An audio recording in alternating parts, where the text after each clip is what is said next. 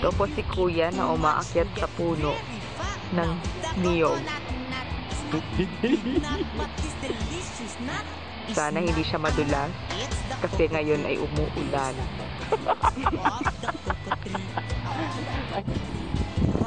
Medyo nakakatakot. Pero okay lang po tayo, guys. Kasi yun naman si Kuya dyan.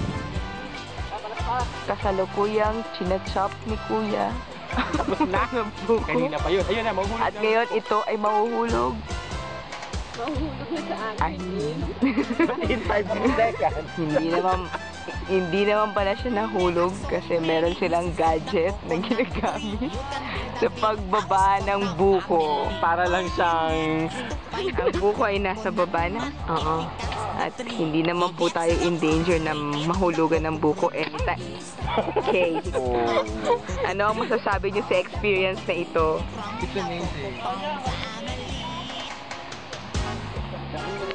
Si Kuya ba ay magpapahulog din gamit ng gadget na yan? Abangan. Abangan.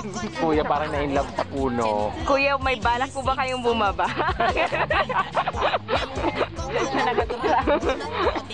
Okay. Ayun o, tingnan o. Oh my God, parang na siyang grasshopper.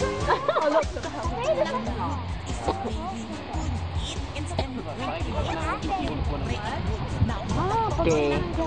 Multitasking po ang team na ito. Dinivide nila ang task para mas efficient and effective sila.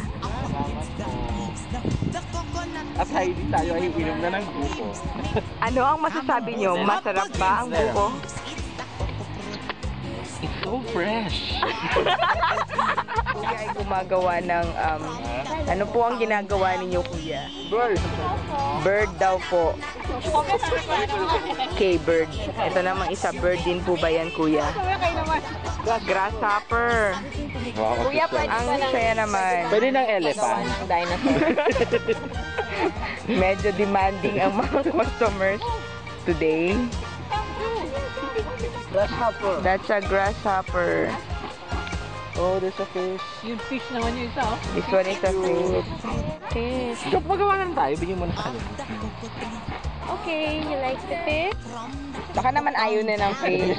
Ng paggata daw. Ano daw yun ang pagbunot ng gata? Okay. Tutulungan na naman sila. Siyempre, dinivide na naman nila ang task sa dalawa para efficient tayo.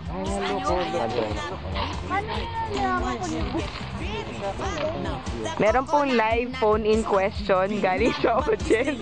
Paano po nalalaman kung niyong na? Yun.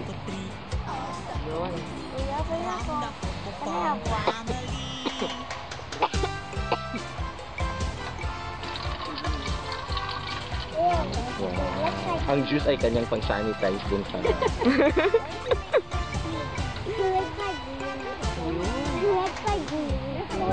Okay.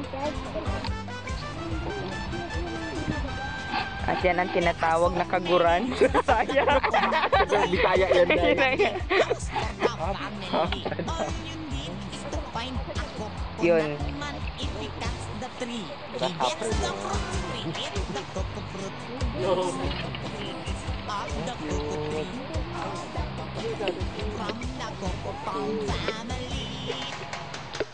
Yan ang tinatawag. Magsa. Ang bigat! Paano naman? Kaya mo ba? Ang galing. Pag naging katana yan, saan nyo po yan nilalagay, Kuya? Ay, pang sana. Ang galing. Wow! Napaka, ano naman nila. Ay, hindi kasi nasali. Ako nasa malalayong lugar po kahit wala po kayo sila. Sa bulot po. Ayun, ang galing. Meron tayong na-learn na bago today.